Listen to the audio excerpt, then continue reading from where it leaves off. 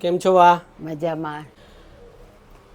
આ મનીષનો ફોન આવ્યો હતો. હા. એટલે આગળ મેં તમને એક આગળ કીટ આપી આપેલી, હતી. આપી ગઈ. એનો ફોન આવ્યો હતો કે બાને પછી તકલીફ છે બધું જી આવીશ, એટલે આજે બીજી વાર તમને આપવા માટે આવ્યો છું. ઘણો ઉપકાર, ઘણો ઉપકાર. ના ના, એવું કંઈ હોય તો જણાવી દેવાનું. ચોક્કસ. અને આ મારા મિત્ર છે પ્રફુલભાઈ, જય શ્રી કૃષ્ણ.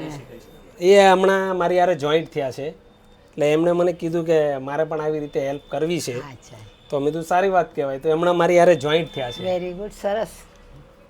એટલે મને ગમ્યું કે સારું થયું કે મારી યારે જોઈન્ટ થયા છે. એ બી એટલે એ આજે જે ભાઈ કે કીટ આપવું એ એમના તરફથી છે. ભલે ભલે, સારી વાત છે.